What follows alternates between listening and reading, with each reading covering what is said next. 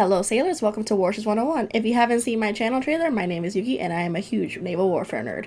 For my first video, we will start at the beginning, where the first warships came to be. Now bear in mind, since I like to focus my attention more to World War II history, is also a learning experience for me.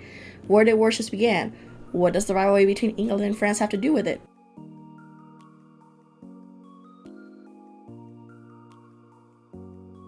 Naval warfare has evolved since the days of old-fashioned wood, sail ships, and cannons leading up to the 18th century.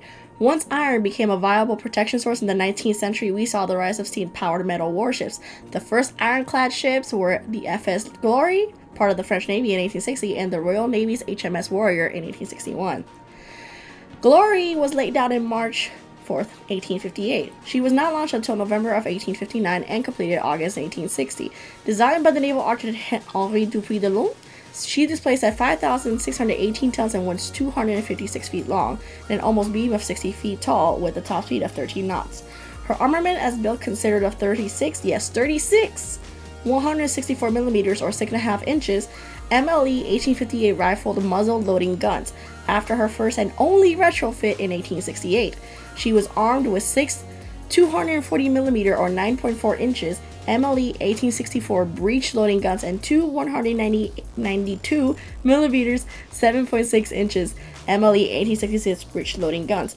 Built at the French arsenal at Toulon, her class would consist of 3 ships, including Glory, Invincible, and Normandy.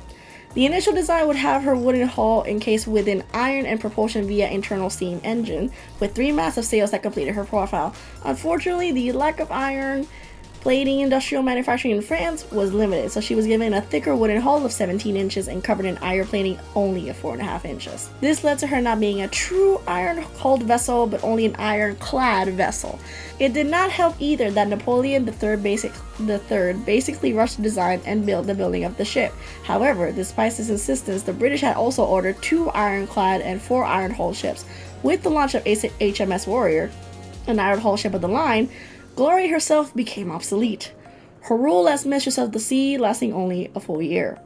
She was struck from the French Fleet Registry in 1879 and scrapped in 1883.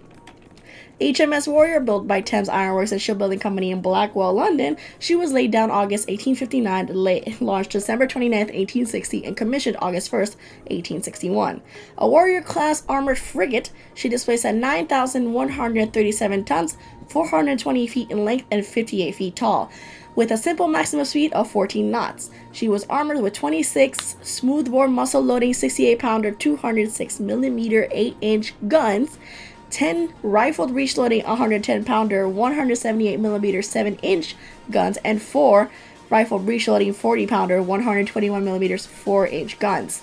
Warrior and her sister ship Black Prince, when built, were the most powerful warships in the world due to their balance of armor and speed, the latter through a high-rate propulsion arrangement of steam and sail.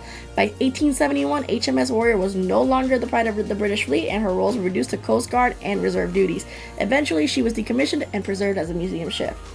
The classic French versus English rivalry led us to the birth of warships, eventually leading into the powerful behemoth innovations that occurred before, during, and after World War II. However, true naval power will never happen till that time, 79 to 81 years later. Even before then, during the First World War, the period of dreadnoughts ruled during the war until the Washington Naval Treaty. All of this will be more subjects to discuss here on Warships 101.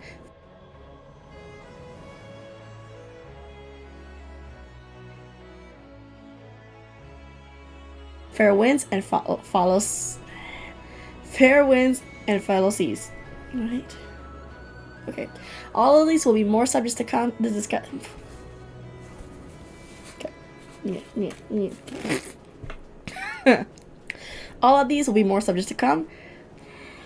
Not to come to discuss, you fucking idiot. All of these will be more subjects to discuss here on Warships 101. Fair winds and fellow seas.